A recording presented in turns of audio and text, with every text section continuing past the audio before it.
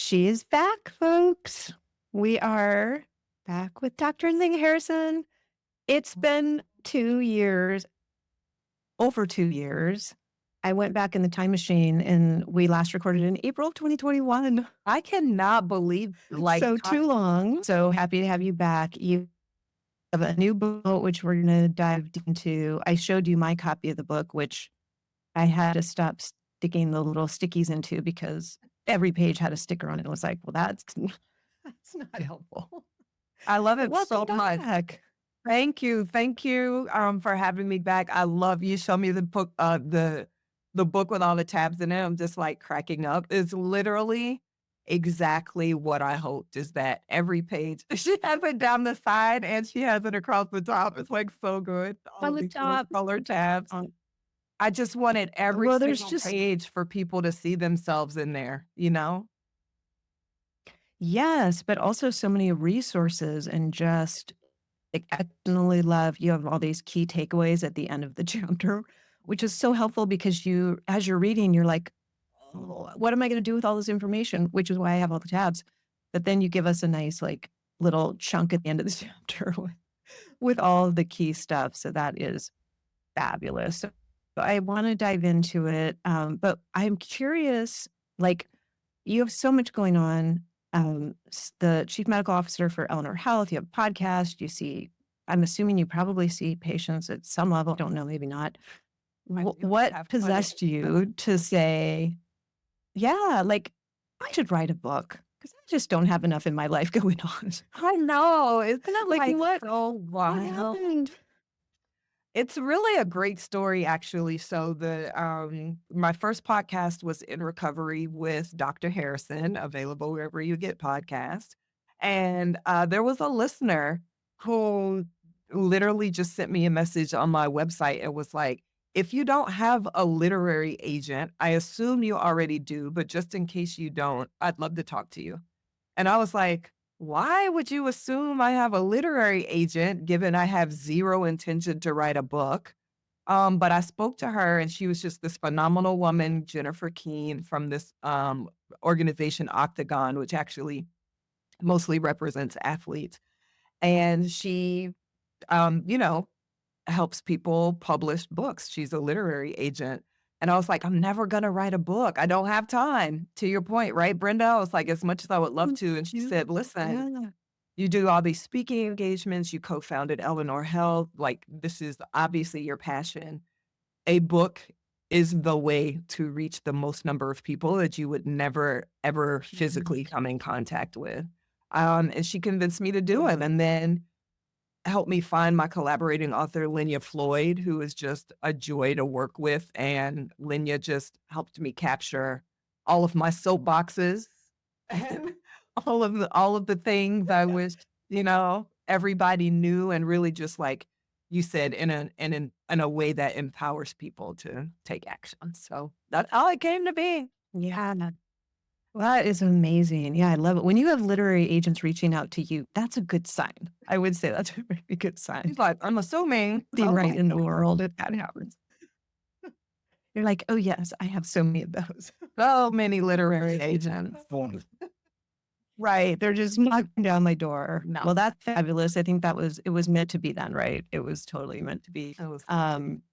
So the book, you talk about the 6 factors that contribute to your risk of developing a substance use disorder. And I think you were so right. Somewhere you talked about how we really tend to just think of one, like the genetics. That's kind of what we think about when we think about addictions. Like, oh, your granddad had this thing with alcohol or whatever, and we sort of leave it there. And so you really pulled back the covers on so many other ones. So maybe just talk about those. We won't do a deep dive into each of them because I have 4,000 more questions, but if you could just kind of give us the lay of the land of where you started with all of this. Yeah, definitely. So the full title of the book is Unaddiction: 6 Mind-Changing Conversations That Could Save a Life. And so we structured the book into 6 chapters. And it's this idea that every chronic condition, substance use disorders and other addictions included, have 3 inputs: biological, psychological, and environmental. And those 3 inputs, there are a set of conditions that you're born into. We call those inherited. So your inherited biological is your genetic risk. Your inherited psychological is the childhood dynamic you were born into. Your inherited environmental is the childhood environment you were born into. And then throughout our lives, our 20s, 30s, 40s, beyond, those same three repeat. So there are biological risk factors that we acquire, illnesses, prescriptions.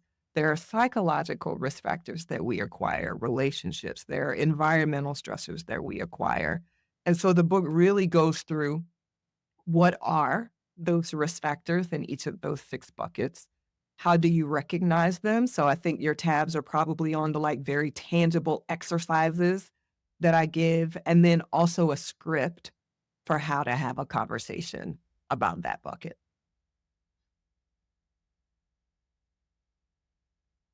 Yes, which is really helpful because those words don't naturally come out of our mouth, right? It's not a conversation that we should be having it more, but it's probably one that we don't have. And so having those words is really, really helpful and having the exercises to be able to go through and identify, is this something I should be thinking about? Mhm. Um, so that was super helpful to read.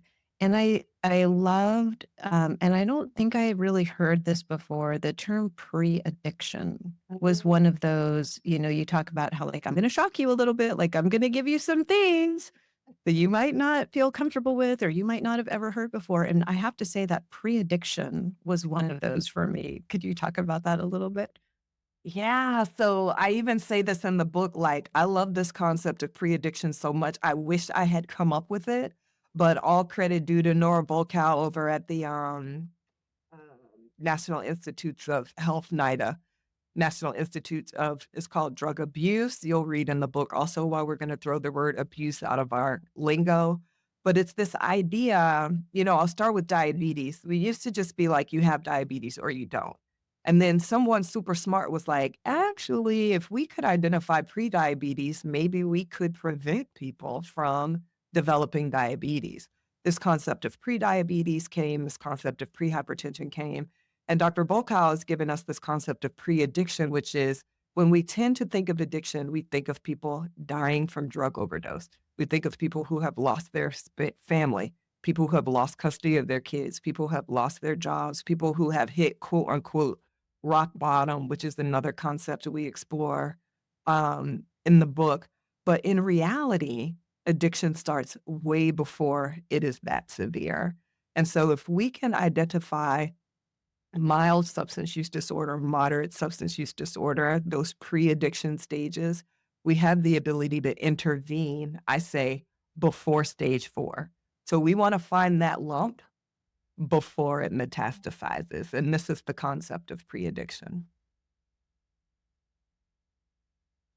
That is really smart. And I'm wondering, just because a lot of the parents who are listening to this podcast have either adolescents or young adults, and it seems like that might be a less like stigmatizing term to use. How would you, in thinking about like that audience, younger kids, young adults Mhm. in pre-addiction, how would you start that? You're so good with like starting conversations. How would you start that conversation? Because I love this term. I think it's so great. So good. So I love talking to high schoolers specifically. In the book, though, literally, I give you a script. How do you have a conversation about drugs starting in preschool with your preschooler, your elementary, middle, high school, and adult child? I'm actually going to speak at my son. He's graduating high school this year, which is crazy. My youngest, I'm going to be an empty nester. But I go each year yeah, I go each year to talk about addiction to the high school kids.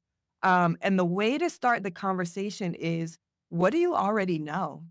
Right? Like the first thing is that you have to be completely non-judgmental. Just say no is out the window. It doesn't work. It's dangerous because what it does is tell your child, you can't come talk to me about this. And so what I'm hoping with this book is that Mhm. literally from preschool, you're letting your kids know, you can come talk to me about this. And so the first step in the book, I think I call it ask, don't tell, which is a play on a very unhelpful previous concept, right? Ask, don't tell. Ask, what are your thoughts about drugs? What are your friends thinking about it? Anybody using? Are you using? Anybody feel like they can talk to their parents about it? Do you feel like you can talk to me about it? Ask. And then it's empowering them with information for them to do their best at making decisions to keep themselves safe in different situations. And so I'll just tell a quick anecdote. Brenda, my older son, who is a freshman in college and doing great, when he was in high school, the first party comes up, right? And he's like, Mom, can I go to this party? And I'm like, oh my God. I'm like freaking out on the inside, but like never let him see you sweat. Keep it cool on the outside, right? And I was, I'm the cool mom. yeah, I'm like, cool. I was like, this is super exciting, which it is. It's a huge developmental moment. And I was like, do you think there'll be drugs there? Casually. We've been talking about drugs since they were 3. So he's not surprised by this question because we have a lot of biological inherited risk factor. So I was, do you think there'll be drugs there? And he's like, yeah, probably.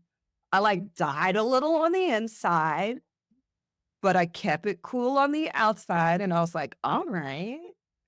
What drugs do you think will be there? And I was like, what are your plans? You plan on trying anything? And he's like, nope.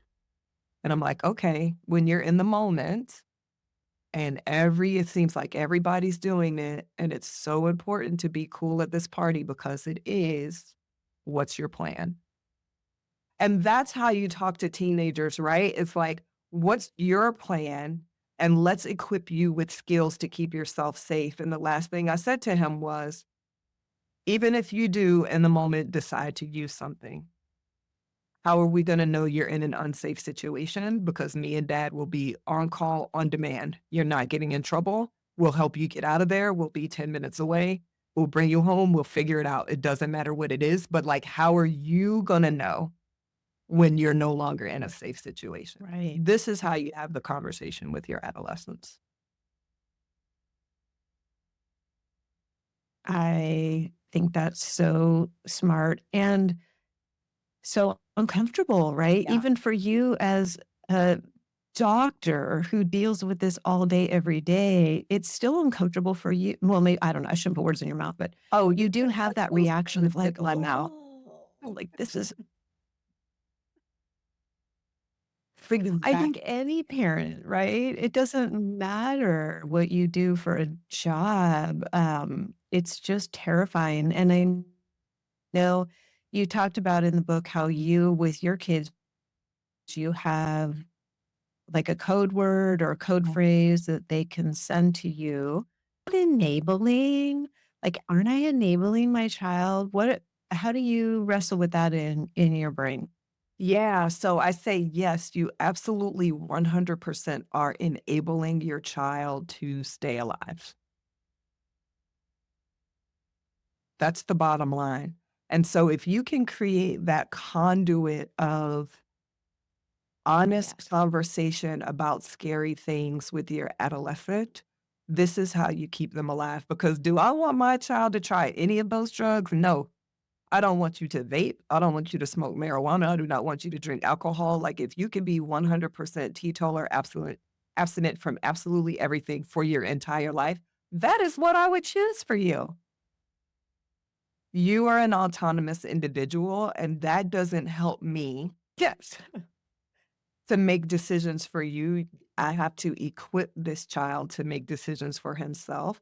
And if he's in an unsafe situation, let him know that it is always safe to come to me. So we told him, we were like, even if you're drunk out of your mind, even if you're so high, me and dad will come get you. We will figure it out. You will not be in trouble. That is not to say there will not be consequences.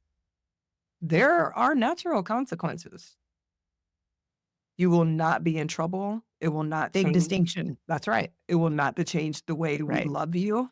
It will not change our main goal in life, which is for you to be healthy.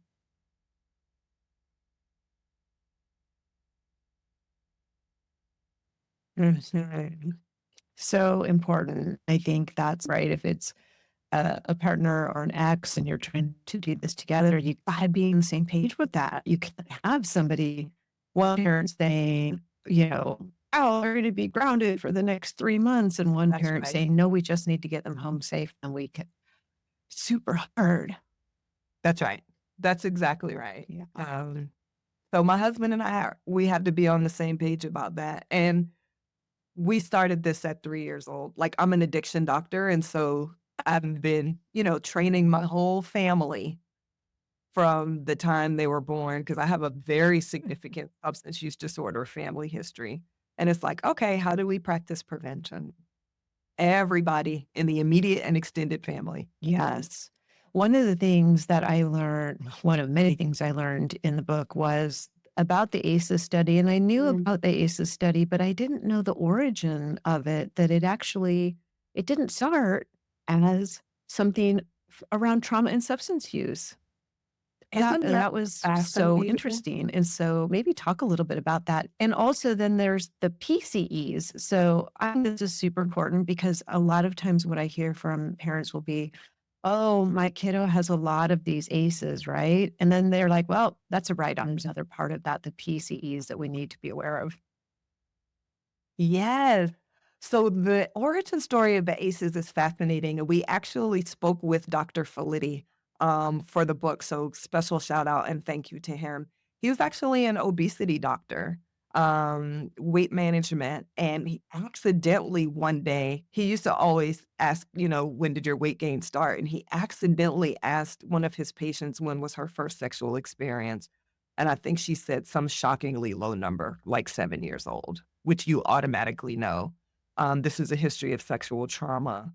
Um, and then he started asking the question and saw that there was definitely a pattern for people that were coming to his clinic. And so ultimately did this huge study with thousands of patients to look at adverse childhood experiences. So negative childhood experiences counted up 10. And since then, there has just been study on top of study on top of study on top of study reinforcing that those inherited psychological factors affect our health, not just in behavioral ways, but in physical ways and social emotional ways, even into adulthood. And so, to your point, ACEs was an invisible concept when I was in medical school, but now very much, especially mental health specialists are getting trained in it. But pieces, positive childhood experiences, is still very invisible. And what's incredible, so an ACEs score of 4 is where your risk for all of these illnesses, addiction included, starts to go up. But a PISA score, and PISA scores out of 7, of 3 starts to mitigate that risk. So you may not have full control over the ACEs. Joel and my husband, we set a goal. I educated him on the ACEs early when we had the kids, and I was like, "Our goal is for our kids' ACEs score to be 0, but we don't have complete and utter control over their ACEs score. We do have control over their PISA score, and so our goal is for their PISA score to be 7 out of 7, so any ACEs that might happen, the pieces can offset that. And so to your comment, the ACEs like, "Oh, well, that happened." PISA score works even today. No matter how old you are, 15, 25, 35, myself, 47. If I can get the more of those pieces I can get in place for myself now, the more it will mitigate any negative impact of ACEs that I experienced as a child. And are there specific pieces, the positive is protective childhood Uh, experiences, are there like, is there a rank order of those? Like, I'm just thinking, like, how do we stack the deck? Yeah, I love this question. I do not know that there is a rank order, although I imagine there is a rank order. So I could say, like, feeling protected by an adult in your life seems like at the very top, just based on what I know about children who experience sexual assault and molestation. The bigger injury is when they tell someone and are not believed. That is actually insult that is associated with the most negative lifelong consequences, even more so than the act itself.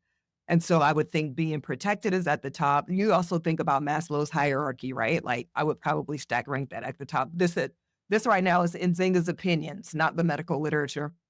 The other one I would say is having two non-parent adults that took an interest in you.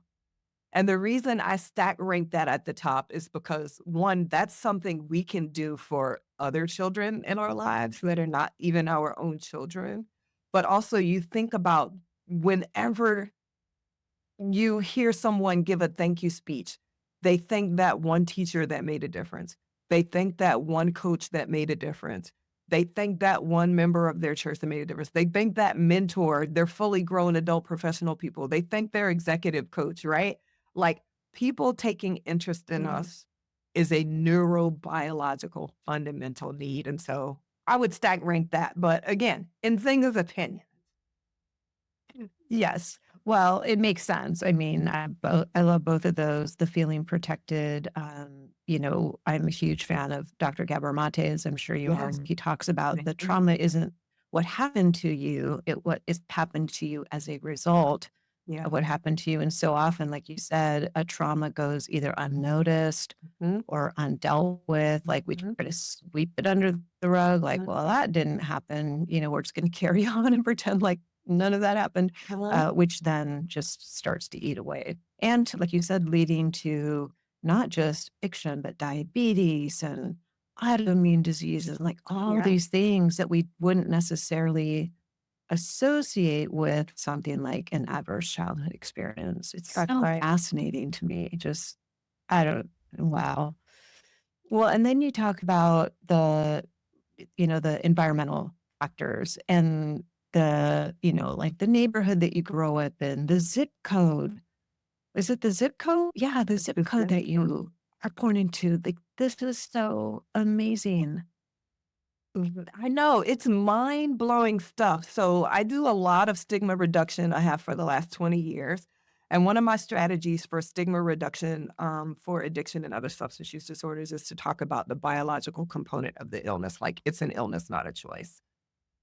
This is an environmental component. So your DNA, which most people have not heard of, so it's a concept which is the zip code you were born in, predicts your current health more than does the zip code you currently live in.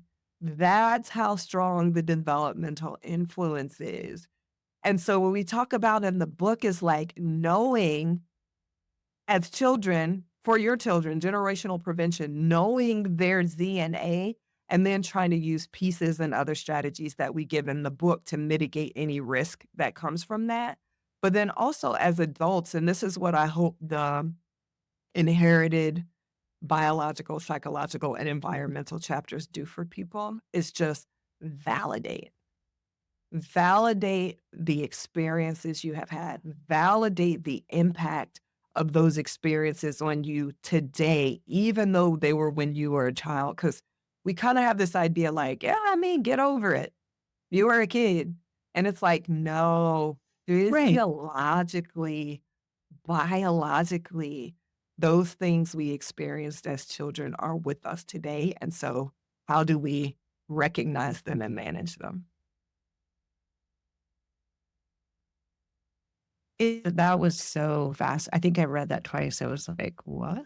This is amazing information to have." And it's so empowering, right? To not that we say, "Oh, well, I was born here, so therefore there's nothing I can do." It's not Right. that. It's just to have that information so that you can build on it, Yes. and to take that into account for yourself, for your kids. Mhm. So empowering. It's Mhm. it's really I think that was so enlightening. And then also the chapter on the cultural influences. These traditions, I have my co-founder of Hope Stream were she has a big Polish family, and a big part of their Mhm. tradition is to take shots at the holidays. And she's got 2 kids in recovery. Yeah. And it's like, what do? Do you not have them in the room? Do you not have them at the set? Like, it's really tricky. Maybe talk a little bit about that, because I think that's something that we talk about the genetics and all, but we don't necessarily talk about these cultural things that are maybe the biggest barrier for a lot of people to make a change. Totally agree with that statement because at the end of the day, and humans are pack animals.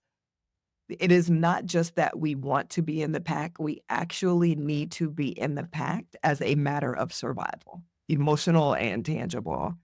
And so I tell this anecdote. I'm an addiction psychiatrist, and literally my family is not Polish, but we also developed this, um, what do you call it? Ritual of taking a shot at the holidays. A ritual. So much to the point, a ritual, thank you, that we give a little shot glass of Sprite to the children. And the children are like, "I can't wait until my shot glass actually has its Fireball whiskey that we take." And I'm like, I'm in the moment, and I'm like, I'm an addiction psychiatrist, and I am, like, participating in programming these children to not be able to wait until the moment they could take a shot of his whiskey. I was like, all of it is just so, but that is how strong culture and belonging is, and Mhm. substances and alcohol, cigarettes, vaping, marijuana now, some of these are so central to our culture that we have to make it safe. You can't even say, "I don't drink." People were like, "You don't drink?" And so the way we have made it safe for people to say, "I stopped smoking." It did not used to be you did not used to be able to say that either because smoking was what cool and sexy people did, and if you stop smoking, then it sucks to be you because not cool and not sexy. Right. But now it's like, "I stopped smoking," and we're like, "Yes." Right. You didn't used to be able to tell people you were a cancer survivor, because it was like, people were kinda scared of you. Now you're like, "I'm a cancer survivor." Everybody's like, "Yeah." And so we have to get to the point for your friend who has 2 kids in recovery. How do we talk to the family and say, like, either we'll stop doing the tradition, we'll change the tradition to something else. We know you won't be there for the tradition, and we know why you're not there, and we support you, right? Like, what proactive action can we take to make that ritual safe for people who are in recovery? First, we have to have the conversation about it.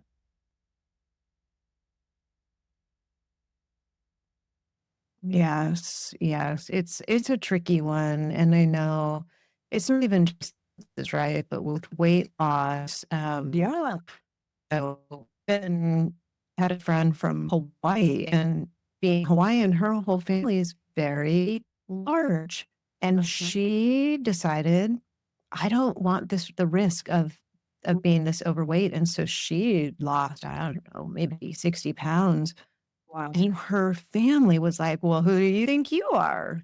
You Yep. know, there's just a lot of that cultural stuff that we forget about that just, I think, adds to the pressure of making change, whether that's your substance use or not, but especially with substances, it seems to be a very delicate and, I don't know, like, protected thing. Like, "Oh, don't mess with this." It's like food, right? Like, don't Yep. mess with our cultural food and say, "You can't have that anymore because it's not healthy," or whatever.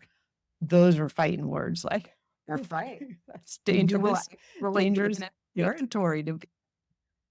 Yeah, and you're like, "I'm fighting for my health," but at the same time, these cultural things, they get inside of us. I mean, I agree with your statement up front when you said possibly the most important. I think, yeah, because culture can increase our biological Yeah. risk or it can decrease our biological risk. And our culture as we have it today increases our risk.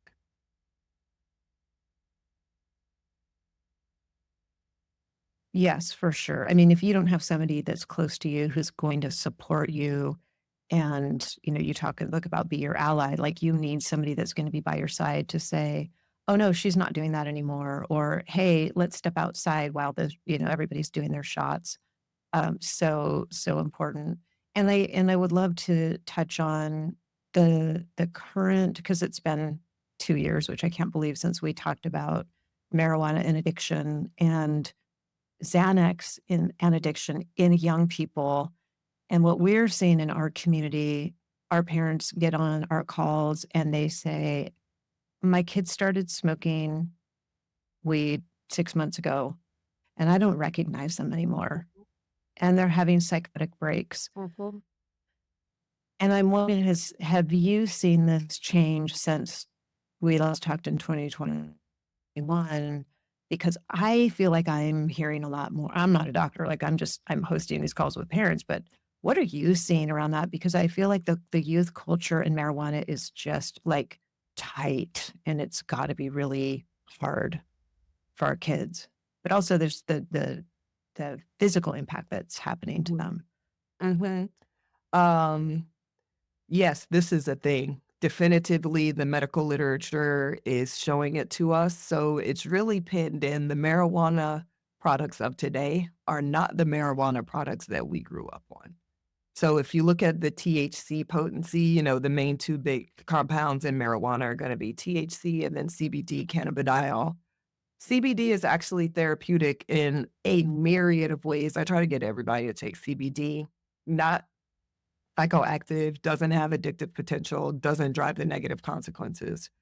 THC, on the other hand, is what's giving you that intoxication feeling, giving us the negative cognitive impacts, driving that risk for psychosis and lethargy and apathy. And unfortunately, the marijuana products of today are just so much more THC potent.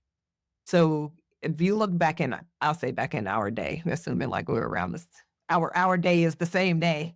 Um, it's like 4%. It's like 4% THC.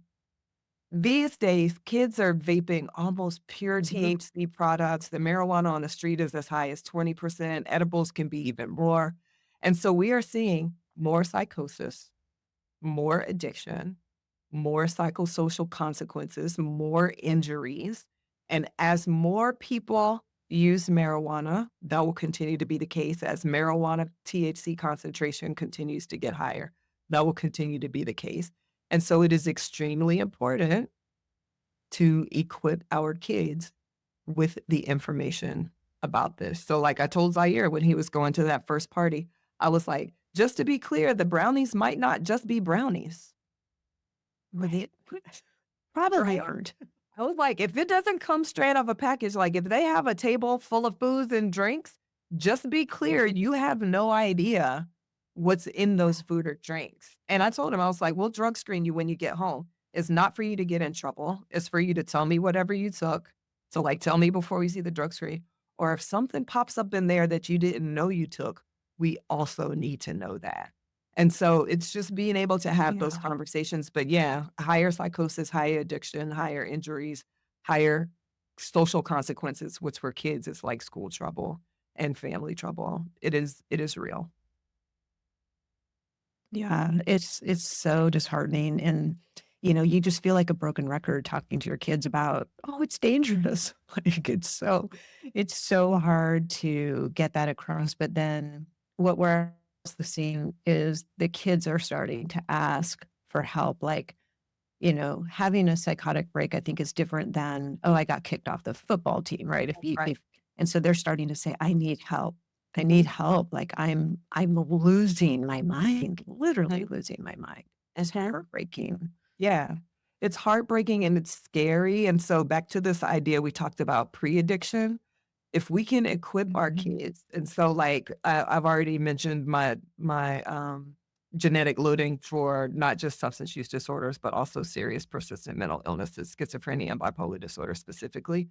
And so my kids know this risk for them, right? And I tell them like, listen, they're gonna go to a party and somebody might be able to do a line of cocaine. They're just gonna do a line of cocaine. It's fun. You do a line of cocaine because of your genetics, it has different implications. So I hope you will just say no. But if you do a line of cocaine, let's talk about red flags. So, like marijuana, I Mhm. hope you just will not do edibles, vape, smoke, whatever, hit the bong. I don't want you to do any of it. But if you do, how do you start recognizing the red flags before it is a psychotic break? So let's talk about those signs of pre addiction. And for adolescents, the scale I would use is the craft. So in the book, I talk really about adults and I give the cage.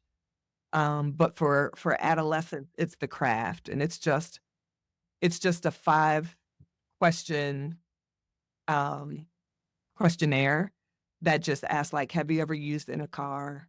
Have you ever used alone? Have you ever had trouble with your friends and family? It's CRAFFT. And so when I go to high school next week and teach about this, what I actually do is say, I want you to think of one person you might be worried about. You're not sure if you should be worried about them. It's either yourself or it's a friend. I know you have one. I know you either have yourself or you have a friend or a family member that you're not sure if you should be worried about. And let's go through the craft questions. And I want you to answer the craft questions thinking about that person. And then I say, if their score is 2 or 3 or 4, here's how you start the conversation. I'm worried about you. I did this craft score. It was high. Dr. Harrison told me I should speak up. It's And always then better when a doctor tells you to do yeah, something. blame it on Dr. Harrison. Yeah. That's great because I like how you say, you or a friend, because then it takes the pressure off of maybe I am worried about me, but I can project it onto a friend or a family member.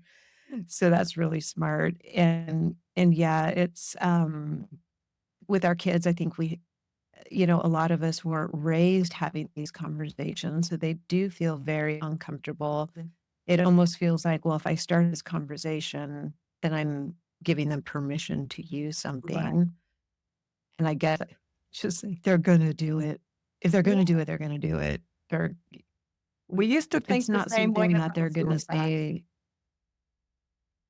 yeah, yeah, yeah, We used to be exactly. afraid to ask the question, and what we know unequivocally is that not asking the question increases the number of our kids that we lose, and it is exactly the same here. Yeah, yeah, yes. And ask and just saying, like you said about, I hope that you don't do this, but if you do, let's talk about what those red flags are. I think this Mhm. is I just want to touch on it again because I think it's a conversation that feels doable. Like it doesn't feel super, super scary, but just to say what would make you concerned? And here are some things that would make me concerned, Yes. because our kids might have a different lens on it. They may say, well, if I got kicked off the team or if my girlfriend broke up with me, like those for them might be more of the Agree. craft. And so then you could have that conversation together and say, okay, so here's your red flag list. Here's my red flag list. Let's just make sure that we're looking at this list so that if one of them starts to pop up, that now we can have a different conversation. And would that conversation then be about getting some help or getting some treatment, or what would you recommend then? Yeah, it would be about, trying to change the use pattern, and if you can't change the use pattern, getting some help, right? So either getting some help to do that, but I love what you said, like, what would some of your red flags be? Here are what some of my red flags be, and if we see the red flags, you said, then we can have the conversation. I would even say, like, in that conversation, say, "We promise to each other that if I see any of your red flags or any of my red flags, that I'm gonna that our relationship is safe enough for me to bring it up.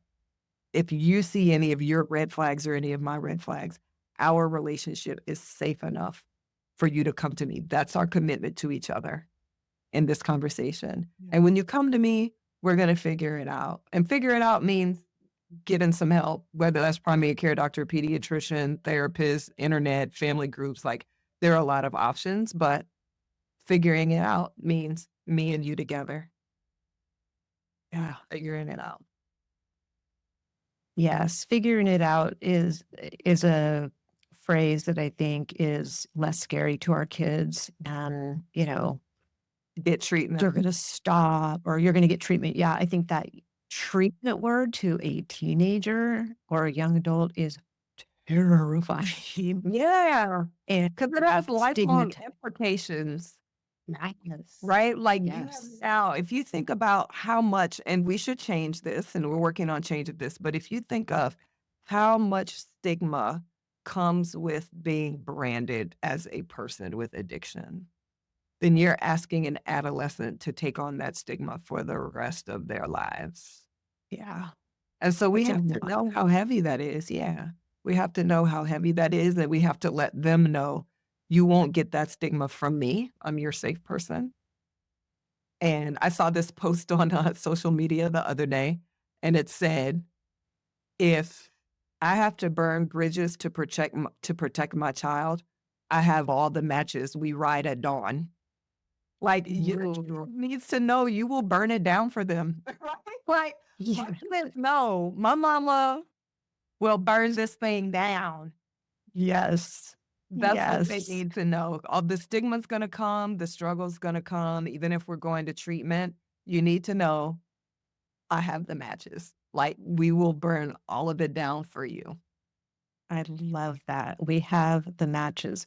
And that's probably not a relationship that a lot of parents and kids have together, right? It's a you against me. Right. It's the parents coming down Mhm. hard and, if I find out you smoked weed at that party, I'm taking away the car, I'm taking away Yep. your phone, Yep. you're on restriction, like all of that, which from what I've seen is that just makes them sneakier and drives it underground even more. And what you're saying is it's the opposite approach of being more open about it, then gives them that place to talk about it and they don't have to get sneakier and hide it and Yeah, go around your that's back. exactly right. And listen, if my kid is smoking marijuana regularly or doing edibles or vaping or whatever, I may not let you drive the car.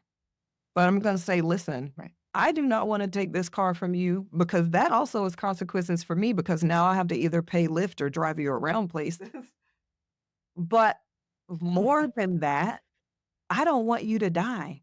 And I know that you behind the wheel impaired puts you at risk for dying, and I'm not willing to be part of that. So, no, I'm not giving you the keys to this car." Yeah. It's the same Yes, stick. consequence, but delivered with me and you on the same side as opposed to me and you at odds. Mhm. Big difference, really big difference. It's work. I mean, it's just work we have to do, and I think we have to get comfortable with ourselves and confident in ourselves to be able to do this, and also have support, find a community. And one thing that I think stood out kind of as a whole after reading on addiction was that we should be partnered with a healthcare provider, Mhm. just in general, Mhm. just as, women, men. Um, and I think that that's really hard to do a lot of times today because, you go to the doctor and they're literally like, okay, I have 7 minutes for you. Like, what's wrong? And here's the pill to fix it, or here's whatever. And so I think if this is something that you're struggling with in your family, or if you see this kind of some of these pre-addiction behaviors, find a doctor who is going to take the time with you to sit down because you mentioned over and over in the book, like this should be on your healthcare, your treatment plan with your provider or whatever. And I'm like, wait, who has that? Like, Right. who's, it's not our how our healthcare system is set up to have that relationship. So I would say fight for your kids and fight for your own medical care so that Yes. you can do this. So 100% agree. thank you so much. This was amazing. I love it. Everybody get the book on addiction, 6 mind-changing conversations that could save a life. It is you're gonna run out of sticky tabs. So I don't know. I just wouldn't even start with them. But thank you so much. We appreciate you. You're our favorite podcast doctor for Hope Stream. So hopefully we'll have you back again. And maybe we won't wait 2 years this time. Let's not wait 2 years. I absolutely love being here, and I'm gonna, like, make a picture of myself that says podcast doctor. Yes. I mean, you're a full on doctor, but for us, for our podcast, you are our doctor. I love it. All right. Thank you so much. Have a great rest of your day. Thank you.